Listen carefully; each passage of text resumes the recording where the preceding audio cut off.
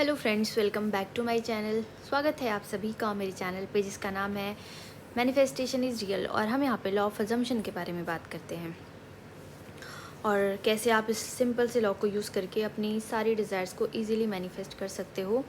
आज मैं आप लोगों के साथ एक बहुत ही इम्पॉर्टेंट मैनिफेस्टेशन टूल के बारे में डिस्कस करने वाली हूँ जिसने मेरी पूरे मैनिफेस्टेशन गेम को बदल दिया। रोबोटिक अफर्मेशन, जैसे कि नाम से ही पता चल रहा है कि आप एक रोबोट के जैसे, मतलब एक मशीन के जैसे, आपको एक काम दिया गया है कुछ सेंटेंसेस रिपीट करने का और आप वो कर रहे हो without any feeling, without believing your affirmations. बस आप रिपीट करे जा रहे हो, ठीक है, एक रोबोट के जैसे। इसीलिए इसका नाम है रोबोटिक अफर्मेशन।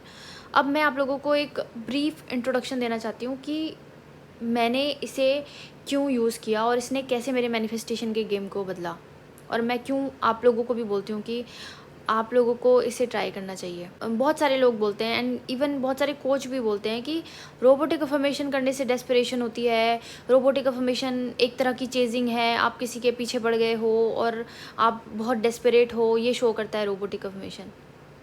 बट मेरा एक्सपीरियंस इससे बिल्कुल अलग है। मैंने रोबोटिक अफर्मेशन यूज़ करना इसलिए शुरू किया क्योंकि मैं ये एक्सपीरियंस कर रही थी कि मैं मॉर्निंग में तो अच्छे से अपने अफर्मेशंस कर लेती हूँ या जो भी मुझे मॉर्निंग में करना है मैं वो कर रही हूँ, लेकिन उसके बाद क्या, पूरे दिन में मेरे दिमाग में अपनी डिज़ायर से रिलेटेड या फिर करंट सर्कमस्टेंसेस से रिलेटेड थॉट्स आते ही रहते थे।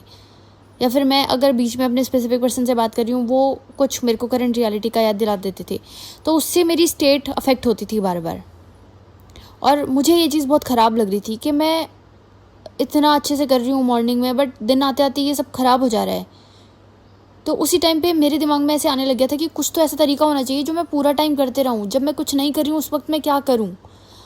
और फिर उसी टाइम पे मुझे रोबोटिक अफर्मेशन के बारे में पता चला था सैमी इंग्राम के वीडियो के थ्रू, एंड मैंने इसको ट्राई किया था। बेसिकली कॉन्सेप्ट ये है कि you have to reprogram your subconscious mind. अगर आपने अपने सबकॉन्शियस माइंड को अपनी नई रियलिटी के लिए रीप्रोग्राम कर लिया तो आपको वो एक्सपीरियंस 3D में हो जाएगा, ठीक है।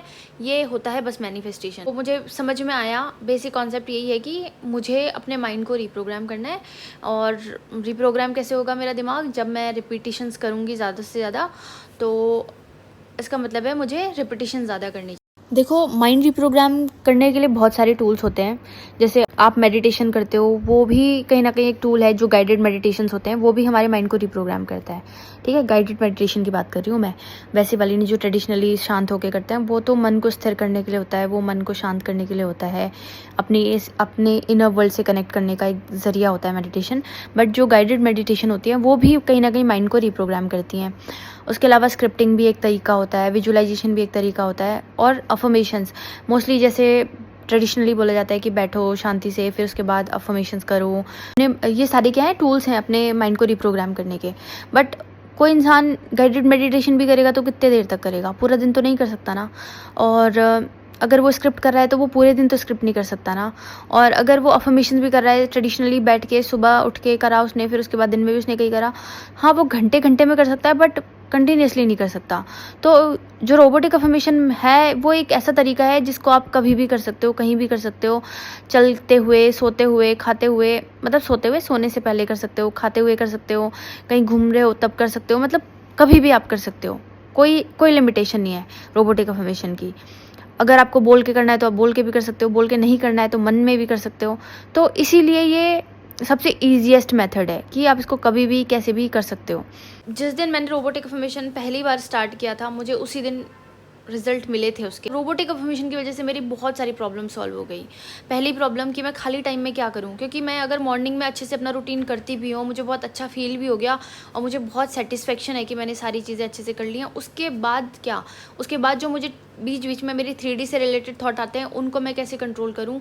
तो रोबोटिक अफर्मेशन उन अननेसेसरी थॉट्स को कंट्रोल करने का बेस्ट मेथड होता है कि आपको कोई भी अनवांटेड थॉट आपके दिमाग में ना आए। आप अपनी उस एक स्टेटमेंट को जो आपका एंड रिजल्ट है उसको ही माइंड में लूप करते रहो। तो एक ये प्रॉब्लम सॉल्व हो गई। दूसरा जो रिपीटिशन वाला प्रॉब्लम है कि जितना ज़्यादा आप रिपीट करोगे उतनी जल्दी आपका सबकॉन्शियस माइंड रिप्रोग्राम होगा, वो प्रॉब्लम खत्म हो गई। रिपीटिशन से सबकॉन्शियस माइंड रिप्रोग्राम होता है। मैं ज़्यादा से ज़्यादा विश फुलफिल्ड में रहने लग गई, खुश रहने लग गई, सेटिस्फाइड रहने लग गई कि हाँ everything is in my control now. अब मेरे को कोई भी अनवांटेड थॉट नहीं आ रहा है, आई एम हैप्पी, और मेरे रिपीटिशन भी हो रहा है, तो मतलब everything is working out in my favour right now.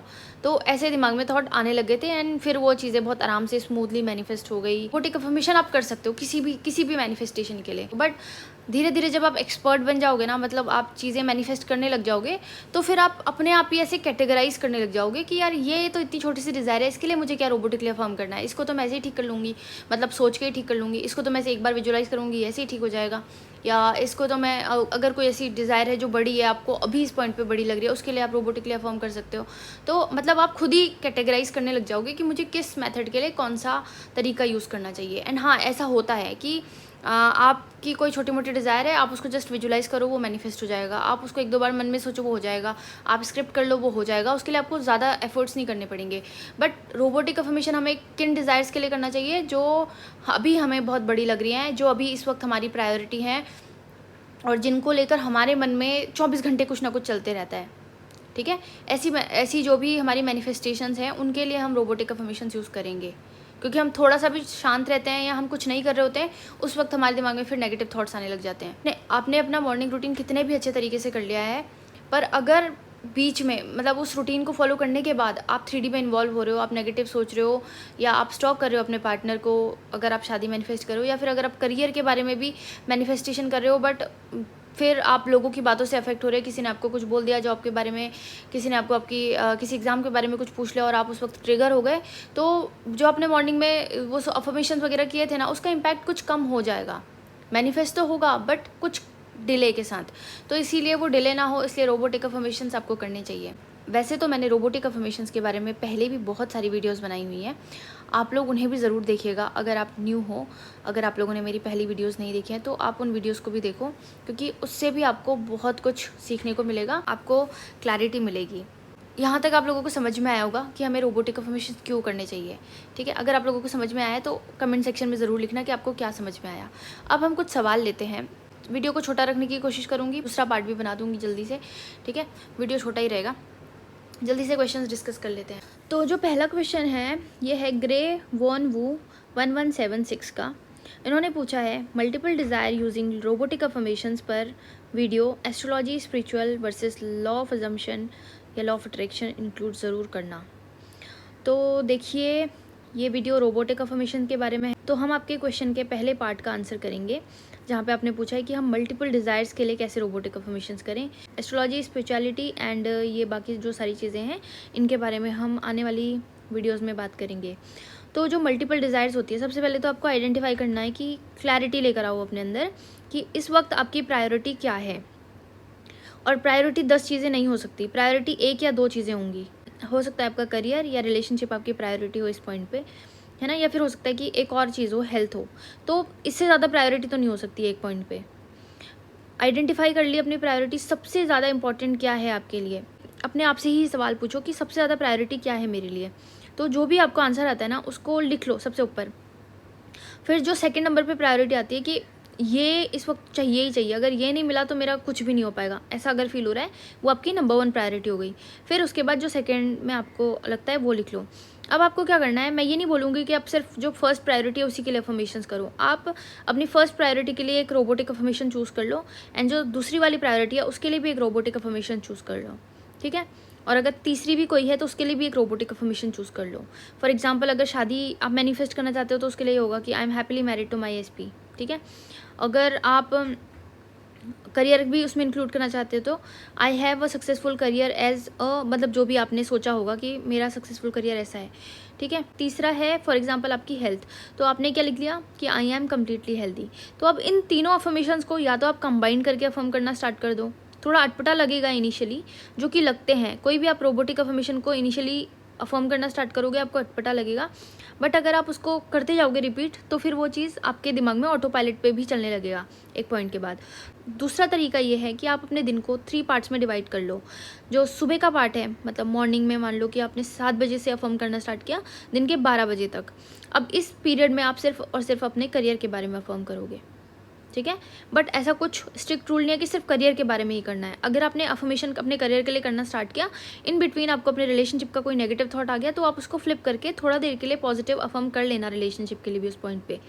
फिर उसके बाद आपने 12 बजे से लेकर शाम को 4 या 5 बजे तक आप दूसरे एस्पेक्ट के लिए अफर्म कर सकते हो, ठीक है। यहाँ पे भी सेम चीज़, कुछ ऐसा हार्ड एंड फास्ट रूल नहीं है कि सिर्फ एक ही चीज़ के बारे में करना है। आप डोमिनेंटली उस डिज़ायर के लिए अफर्म करो, बट अगर कोई और डिज़ायर का कोई अनवांटेड थॉट आपको आ रहा है तो उसको भी आपको फ्लिप करना है। एंड फिर आप इवनिंग में, मतलब 5 PM टू रात के सोने तक आप किसी थर्ड डिज़ायर के लिए भी अफर्म कर सकते हो, ठीक है। बट अगर आपने ऐसे आइडेंटिफाई कर लिया है कि नहीं, मेरी इस वक्त सबसे ज़्यादा इंपॉर्टेंट प्रायोरिटी मेरा करियर है, तो करियर के लिए अफर्म करो।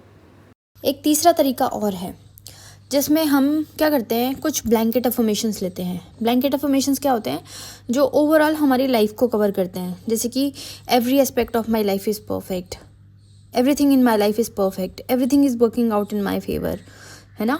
माई life is perfect, my career is perfect, my health is perfect, my relationship is perfect.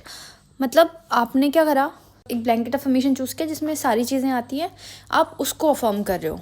तो ये भी एक बहुत ही अच्छा तरीका है मल्टीपल डिज़ायर्स को टैकल करने का, ठीक है। I hope you got your answer कि हमको मल्टीपल डिज़ायर्स को कैसे टैकल करना है। मैं आप लोगों को अपना एग्जांपल दे सकती हूँ। जब मैं मैनिफेस्ट करी थी उस वक्त मेरी लाइफ में भी बहुत सारी इंपॉर्टेंट चीज़ें थी। करियर था, रिलेशनशिप थी, या मैरिज बोल सकते हो। बट मैंने उस टाइम पे मैरिज को चूज़ किया क्योंकि घर से शादी का बहुत प्रेशर था और मेरे पार्टनर की साइड से भी शादी का बहुत प्रेशर था।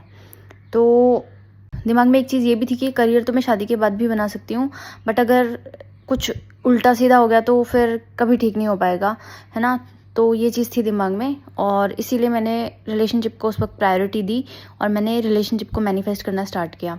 और जब रिलेशनशिप मैनिफेस्ट कर रही थी ना, उस टाइम पे कभी कभी एक और पॉइंट आता था दिमाग में, जो कि बहुत सारे लोगों के दिमाग में आता है कि अगर मेरा करियर अच्छा नहीं हुआ तो शायद मेरी शादी भी मेरे पार्टनर से नहीं होगी।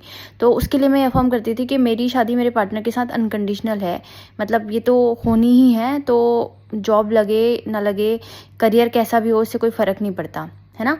बट करियर अच्छा ना हो ये तो कोई सोल्यूशन नहीं है इस बात का। इसीलिए मैं अपने करियर के लिए भी अफर्म करती थी कि मेरा करियर परफेक्ट है वो, पर मैं कम करती थी।